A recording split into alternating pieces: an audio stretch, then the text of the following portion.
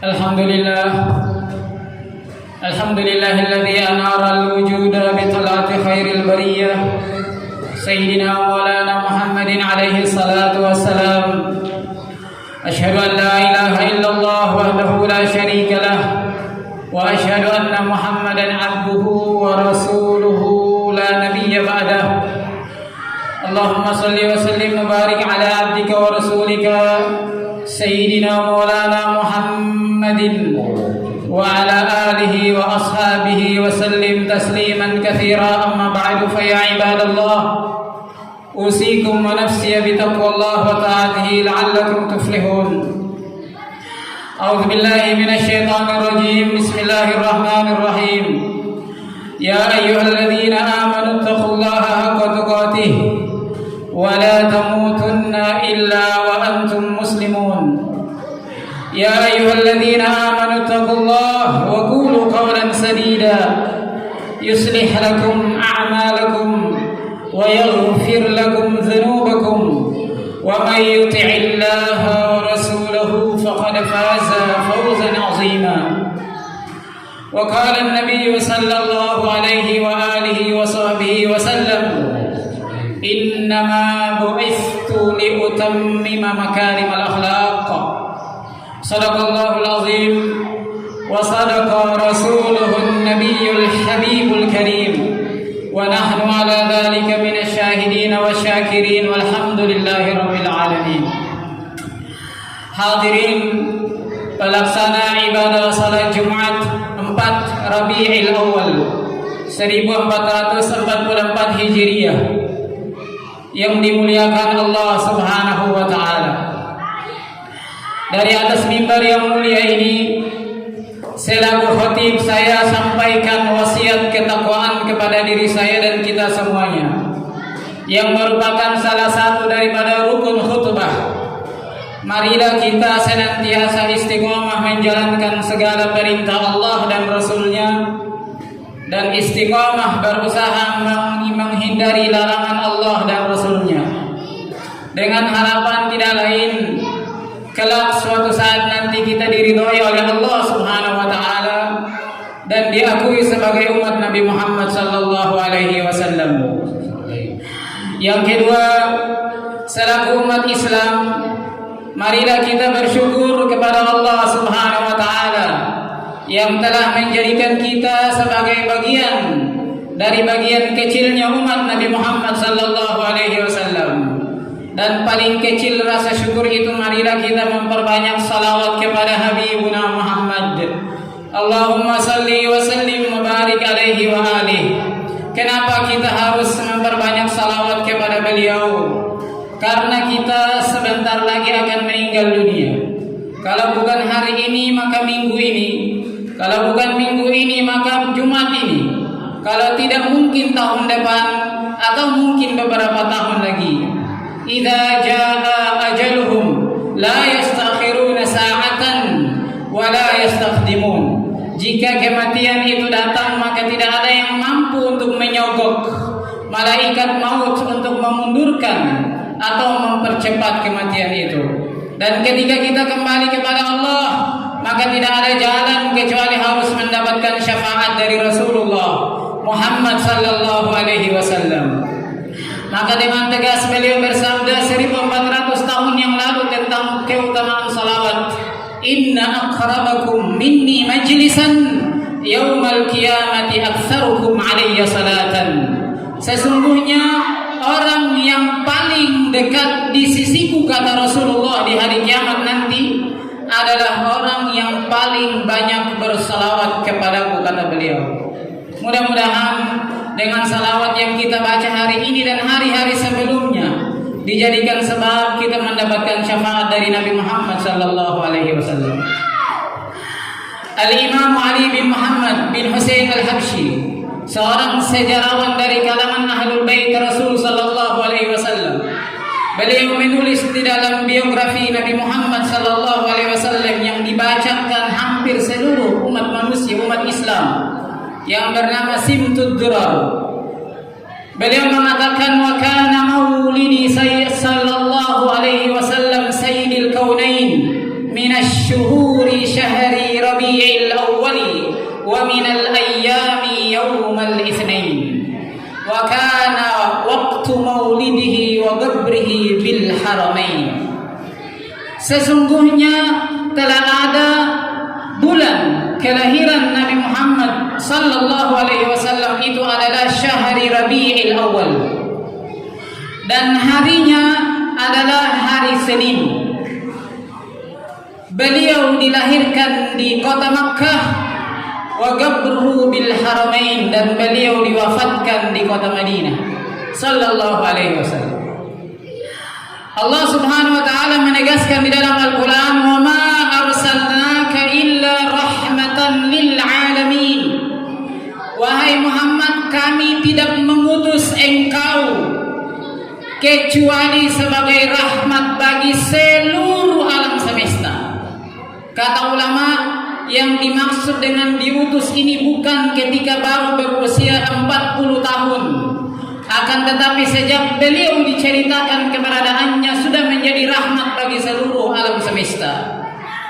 Jangan heran, di dalam kitab suci kita Al-Quran, juz pertama, Allah menceritakan, "Walamma ja'ahum kitabun min indillahi musaddiqun lima ma'ahum wa kanu min qablu yastaftihuna 'alal ladzina kafaru falamma ja'ahum ma 'arafu kafaru bih fala'natullahi 'alal kafirin." Ketika kitab suci kami turunkan, kata Allah Subhanahu wa taala, menceritakan bahwa akan datang nabi akhir zaman, orang-orang Yahudi itu berkata, "Ya, kami menanti itu, dan ketika nabi itu datang kami akan mengikutinya." Falamma ja'ahum ma 'arafu kafaru bih. Sayang sekali, ketika Rasulullah diutus, mereka tidak beriman kepada Rasulullah, bahkan mereka mengingkarinya. Kata ulama, orang-orang ini adalah orang-orang yang tidak mendapatkan rahmat dari Allah Subhanahu wa taala, sehingga mereka diabadikan di dalam surat Al-Fatihah yang selalu kita baca, "Ghairil maghdub 'alaihim waladdallin." Hadirin yang dimuliakan Allah Subhanahu wa taala, pada kesempatan khutbah kali ini marilah kita merenungi kisah singkat bagaimana rahmat Allah yang Allah berikan melalui Nabi Muhammad kepada kita. Bahwasanya ada seorang wanita miskin bernama Halimatus Sa'diyah, memiliki seorang suami yang hanya seorang pengembala kambing dan beberapa orang anak yang dibesarkannya. Ketika datang waktu Ukaz, orang-orang Makkah menyiapkan bayi-bayi mereka untuk disusui oleh orang-orang Badui.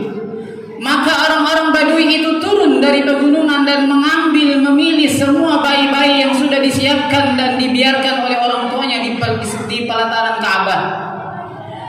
Sebuah naluri bahwa orang yang ingin menyusui anak, maka dia akan memilih dari keluarga orang tua anak ini yang kaya raya atau bisa memberikan balas jasa kepada orang yang menyusui.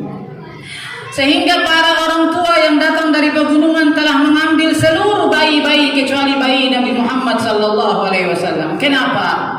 Karena beliau itu yatim, tidak punya ayah.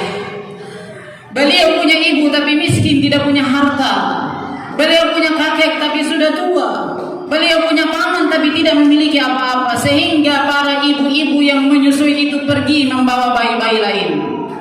Maka Allah Subhanahu wa taala ingin memberikan rahmat kepada seorang wanita bernama Halimatus Sa'diyah.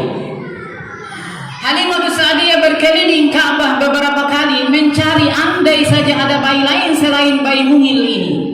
Akan tetapi Allah ingin memberikan kepada kita pelajaran bahwa jangan pernah melihat status sosial seseorang.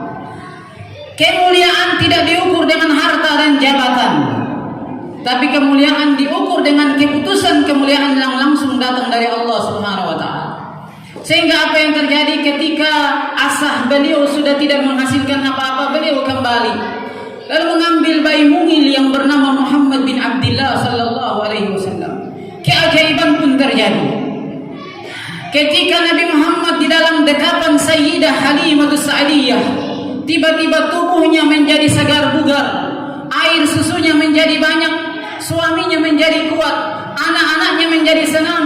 gembala kambingnya menjadi kuat dan memiliki air susu yang banyak. Bahkan kata para ibu-ibu yang tadi datang, "Waihak ya Halimah, ada apa denganmu wahai Halimah? Engkau tadi turun belakangan dengan kendaraanmu yang lemah. Kenapa sekarang engkau sangat kencang sekali kendaraanmu? Ada apa wahai Halimah? Engkau sungguh wanita yang beruntung." Hadirin yang dimuliakan Allah Subhanahu wa taala, apa yang bisa kita ambil daripada kisah Halimatus Sa'diyah dengan Nabi Muhammad? Tadi Allah mengatakan bahwa wa ma arsalnaka illa rahmatan lil alamin. Nabi Muhammad itu rahmat, maka barang siapa yang ingin mendapatkan rahmat dari Allah, dekatilah Nabi Muhammad. Di ayat lain Allah menegaskan wa may yu'azzim sya'airallah fa innahu min taqwal qulub. Barang siapa yang memuliakan syiar-syiar Allah, maka itu tanda ketakwaan dia. Dan syiar yang terbesar dalam kehidupan kita adalah syiarnya Nabi Muhammad sallallahu alaihi wasallam. Allah menegaskan di dalam ayat lain wa rafa'na laka dzikrak. Tidak ada nama lain yang diangkat di sisi Allah kecuali namanya Nabi Muhammad. Syahadatnya Allah diikat dengan syahadatnya Nabi Muhammad. Dibaca di dalam syahadat tasyahud awal dan akhir, dibaca di dalam azan, dibaca di dalam iqamah, dan semua yang berkaitan dengan Nabi Muhammad selalu diikat dengan Allah Subhanahu wa taala. Bahkan ketika Nabi Allah Adam alaihissalam diterima melakukan dosa, kemudian berkata kepada ya Allah, apa yang harus saya lakukan untuk mengampuni dosaku? Allah mengatakan salli ala habibi Muhammad, bacalah salawat kepada habibi, kekasihku Muhammad. Nabi Adam bertanya, siapa Muhammad itu?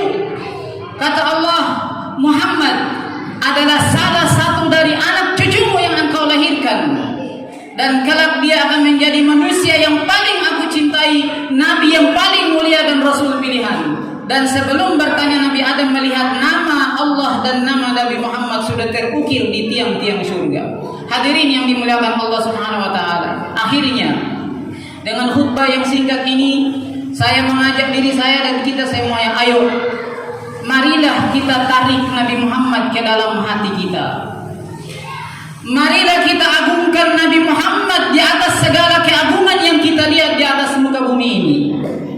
Jangan sampai kita yang lahir hari ini lebih mengagungkan syiar-syiar selain Nabi Muhammad. Dan ingat bahwa apa yang dilakukan oleh seorang ayah dan ibu mempengaruhi cikal bakal anak keturunannya. Saya ulangi lagi, marilah kita mengagungkan syiarnya Nabi Muhammad sallallahu alaihi wasallam.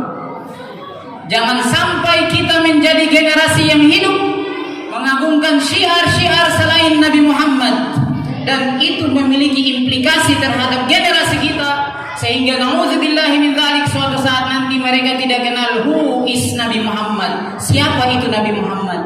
Jangan sampai generasi kita hanya mengenal Muhammad sebuah nama di dalam syahadat, tapi namanya tidak ada di dalam hatinya. Jangan sampai mereka mengenal Aisyah hanya sebuah cerita, sebuah romansa tentang cinta seorang laki-laki dan perempuan bangsa Arab tanpa tidak mengenal siapa hakikat dari Aisyah. Jangan sampai generasi kita tidak mengenal Abu Bakar, Umar, Utsman, Ali kecuali hanya simbolik keislaman. Dan jangan sampai generasi kita mengalami apa yang pernah terjadi di Andalusia 700 tahun yang lalu, di mana Islam tinggal sejarah. Karena bukan Islam yang salah, tapi kita umat Islam yang tidak mau meneruskan syiar-syiar Islam kepada generasi kita. Semoga Allah Subhanahu wa taala menjaga kita dan anak keturunan kita daripada segala bentuk gangguan yang mengganggu keimanan kita kepada Allah dan Rasul sallallahu alaihi wasallam. Amin ya rabbal alamin. Barakallahu lana wa lakum fil Qur'anil azim wa nafa'ana wa iyyakum bima fihi minal ayati wadh-dhikril hakim wa taqabbala minna wa minkum tilawatahu innahu huwas samiul alim. Aqulu qawli hadha wa astaghfirullahal azim li wa lakum wa lil muslimina wal muslimati wal mu'minina wal mu'minat fastaghfiruhu min kulli dhanbin innahu huwal ghafurur rahim.